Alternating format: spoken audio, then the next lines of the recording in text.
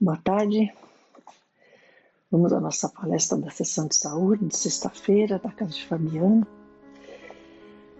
em sintonia com nossos companheiros espirituais. Pedimos a bênção a Deus e a Jesus pela nossa reunião. Pai nosso que estais no céu, santificado seja o vosso nome. Venha a nós o vosso reino, seja feita a vossa vontade, assim na terra como no céu. O pão nosso de cada dia nos dai hoje, perdoai as nossas ofensas, assim como procuramos perdoar a quem nos tem ofendido. Não nos deixeis cair em tentação e livrai-nos do mal. Graças a Deus e graças a Jesus. Vamos falar hoje sobre as causas e consequências de nossas aflições. Então, aprendemos no capítulo 5, Bem-aventurados os aflitos, do Evangelho segundo o Espiritismo, no item Causas atuais das aflições, que existem aflições, né? Doenças, dores físicas e morais, né? Que têm as suas causas em vidas passadas e na vida atual, né? E numa análise atenta, a gente pode reconhecer que muitas dessas aflições da vida presente são a consequência natural do caráter e da conduta dos que sofrem, né? E por mal de conduta, a gente entende o orgulho, o egoísmo, o materialismo, maus hábitos de comportamento, de alimentação, uso de drogas, maus pensamentos, né? E que acabam muitas vezes nos expondo a obsessões, né? E seguindo nesse item, temos aqui: quantos homens caem por sua própria culpa, né? Vítimas de sua imprevidência, do seu orgulho e de sua ambição. Quantas pessoas arruinadas por falta de ordem, de perseverança, por mau comportamento ou por não terem limitado seus desejos. Quantas uniões infelizes por interesse ou por vaidade e não por amor. Quantas doenças e aleijões são o efeito da intemperança e dos excessos de toda a ordem, né? Excessos na alimentação, uso de drogas, né, como tinha falado. Quantos pais infelizes com os filhos por não terem combatido suas más tendências desde o princípio e mais tarde colhem o que semearam, né, admirando-se e afligindo-se com a falta de respeito e ingratidão dos filhos, né? E as nossas condutas e comportamentos, elas estão estreitamente então alinhados a maus pensamentos, né? Que nos causam muitos problemas. Sabemos do poder do pensamento. Podemos adquirir doenças mentais e físicas, né, por maus pensamentos. Esses maus pensamentos podem ser nossos mesmos, né, imperfeitos que somos, né, ou de uma influência espiritual má que se liga a nós agindo sobre a nossa imperfeição. Assim, aquele que falir não poderá dizer que foi vítima de uma influência de um espírito mau, né, porque esse espírito não poderia levá-lo ao mal se o encontrasse inacessível à sedução. Nós é que aceitamos, né, a influência. Podemos supor que um espírito malfazejo nos sugira o mal, mas temos inteira liberdade de ceder ou resistir, como se estivéssemos diante de uma solicitação de uma pessoa viva, né? E como resultado desses nossos pensamentos e de nossas imperfeições morais, né, abrimos brechas, né, de tal forma, nos ligando mentalmente a maus espíritos, compartilhando da mesma sintonia, né, que a gente acaba abraçando as suas más tendências, né, o que resulta em obsessões. Na maioria das vezes é suficiente, né, para o obsedado se livrar do seu obsessor o esforço, né, para a sua reforma moral, para a sua melhoria moral, né?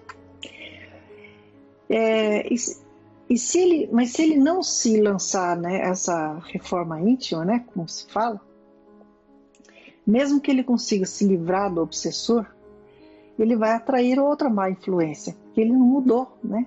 A sintonia dele continua ligada a espíritos inferiores. E nos casos de obsessão grave, o obsedado acaba até perdendo seu livre-arbítrio, né? Fica subjugado ou fascinado pelo espírito difícil. São situações bastante complicadas. E aí a pessoa tem que pedir ajuda, né? E podemos falar sobre esses casos numa outra oportunidade, porque é um assunto bastante longo, né? Mas simplesmente eu queria colocar que no caso dessas obsessões mais graves, né? Que seria a subjugação, a fascinação, né? Temos que pedir ajuda, né? E quem vai ajudar vai agir sobre um ser inteligente, certo? Com o qual, porque se não fosse tão inteligente, não teria esse domínio tão grande sobre a pessoa, né?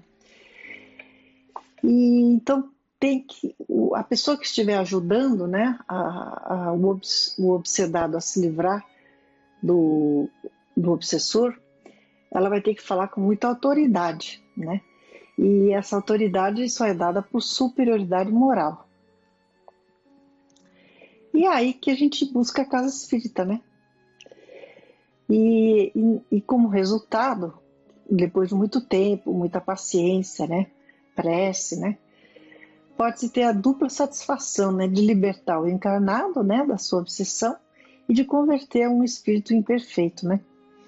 Esse é o trabalho bendito, né? Que é feito, por exemplo, na nossa casa, né? Nas sessões de desobsessão coletivas e, quando é necessário, nos tratamentos individuais. O materialismo, né? Outra dificuldade nossa, né? Ou seja, o gosto por coisas efêmeras e apego a bens terrenos, é outro mal de conduta. A riqueza é, sem dúvida, um grande motivo de tentações que faz tantas pessoas sucumbirem, né? Mas a gente não pode generalizar. Não podemos ser preconceituosos, né, para com aqueles que detêm a riqueza.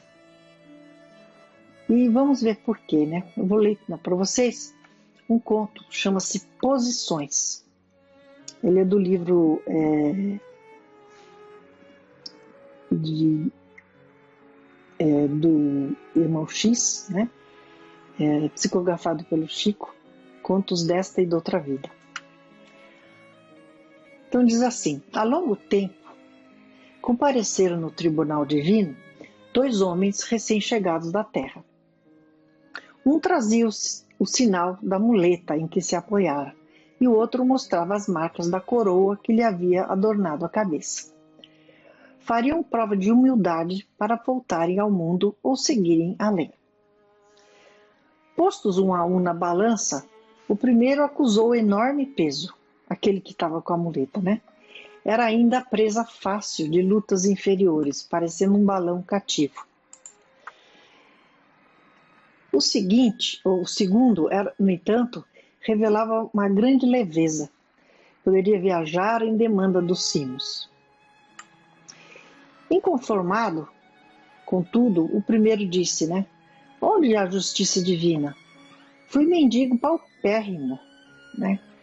Ele não se conformou, né, que ele tinha sido considerado mais pesado, né? Ou seja, inferior, né, em termos espirituais ao outro, né? Fui mendigo paupérrimo, enquanto ele, né, apoiando para o outro, indicando o outro, né, ele era rei.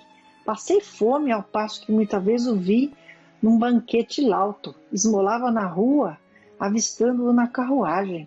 Conhecia a nudez, reparando-o sob manto dourado, quando seguia no triunfo. Vivia entre os últimos, ao passo que ele sempre aparecia como o primeiro entre os primeiros. E o outro abaixou a cabeça, humilhado em silêncio. Mas o amigo espiritual, o amigo sereno, que representava o Senhor, né, falou persuasivo. Viste-o na mesa farta, mas não lhe percebeste os sacrifícios ao comer por obrigação. Notaste-o de carro, entretanto, não lhe observaste o coração agoniado de dor ante os problemas dos súditos a que devia assistência. Fitaste-o sob dourado manto, nos dias de júbilo popular. Todavia não lhe contemplaste as chagas de sofrimento moral diante das questões insolúveis.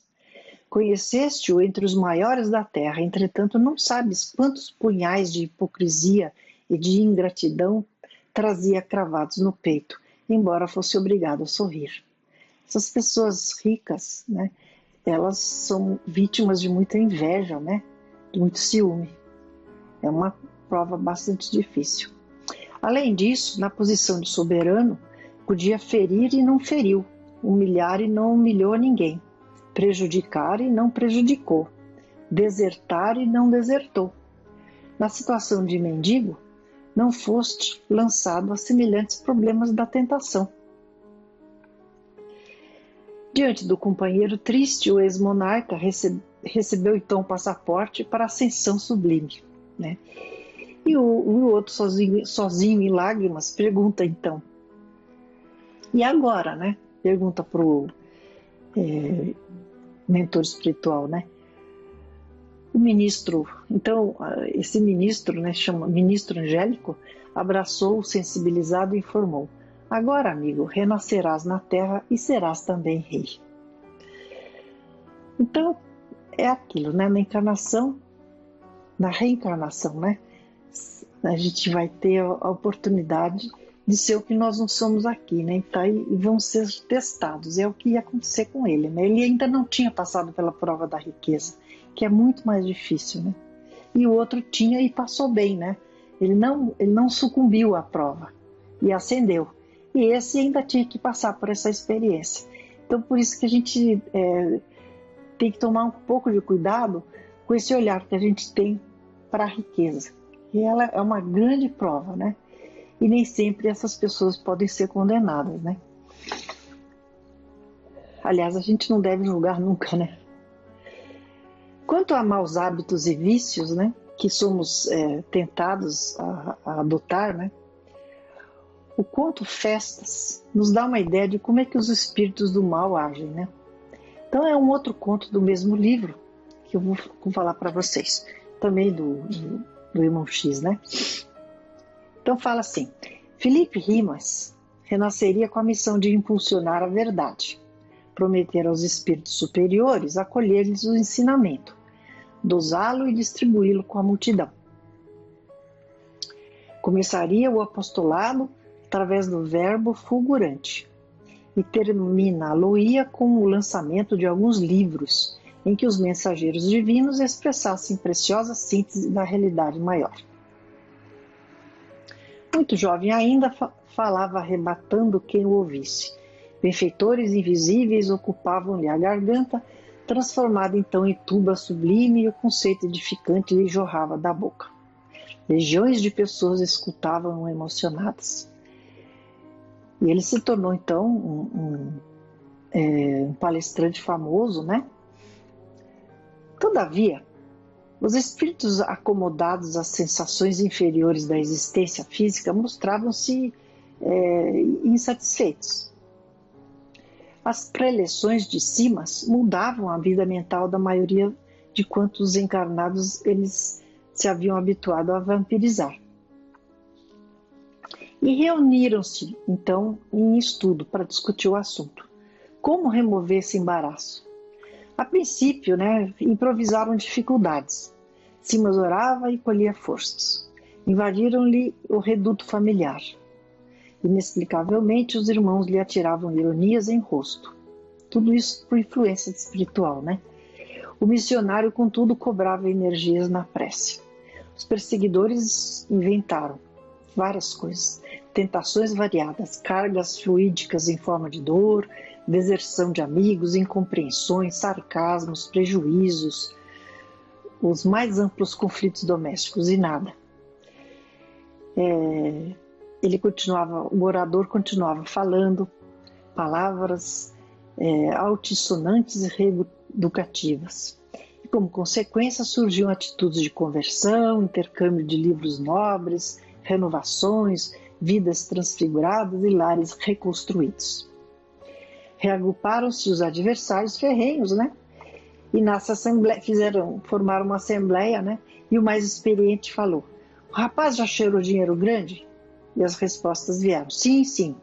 "Já foi experimentado em prazeres diversos?" "Sim," e se mostrou indiferente. "Calúnias?" "Aproveitou-as fazendo-se de herói." O técnico em assuntos da sombra pensou algum tempo e lembrou: "Festas? Já foi testado em homenagens pessoais?" E o grupo todo falou: "Ainda não." "Então experimentem," disse o astuto opositor. "Pouquíssimos se livram." E foi aí que foi a derrocada de Simas, né? Os amigos, como se animados de um furor admirativo, passaram a requisitá-lo a toda hora. Era o homem das festas inaugurativas. Nada se fazia sem Simas. Em matéria de atas sociais, vistoria inicial de templos espíritas, comediantes, almoços de confraternização, reuniões comemorativas, viagens de longo curso atendendo a convites honrosos, né? E ele não parava mais.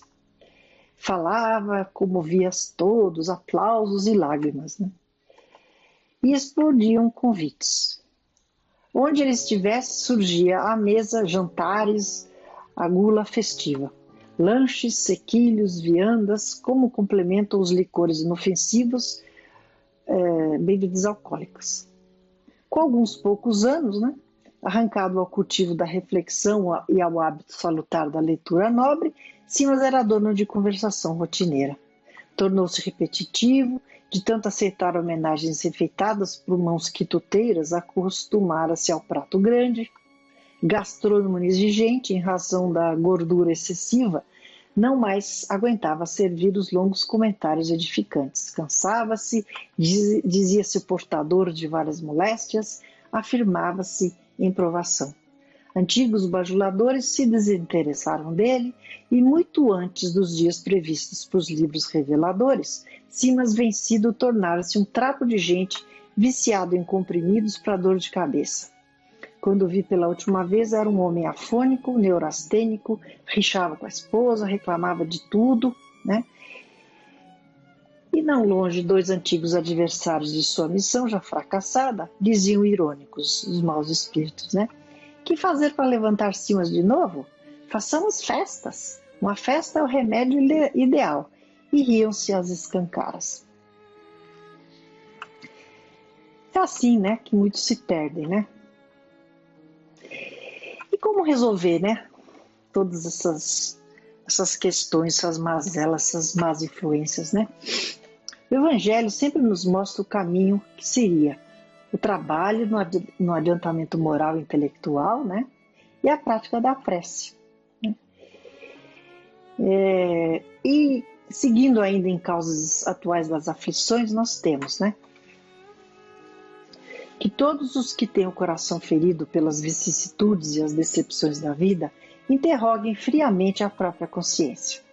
A conclusão é de que o homem é, num grande número de casos, o autor dos seus próprios infortúnios. É só a gente fazer aquela autoanálise, né? E o homem os evitará, né? Evitará esses infortúnios quando ele se propuser a trabalhar, né, para o seu adiantamento moral e intelectual, através da prática do bem, né, e do estudo, e pela prece, né? E pela prece, o homem atrai o concurso dos bons espíritos e adquire, assim, a força moral necessária para vencer as dificuldades e voltar ao caminho reto, né, quando dele se afastou. Se admitirmos que o homem nada pudesse fazer contra os outros males que decorrem de outras vidas, né, males que decorrem de outras vidas são as provas, né, as expiações que temos que passar.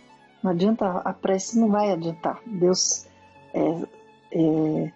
nos dá, né, essas oportunidades de expiação e prova para resgatarmos nossas pendências, nossos males passados, e a prece não vai agir sobre isso, né?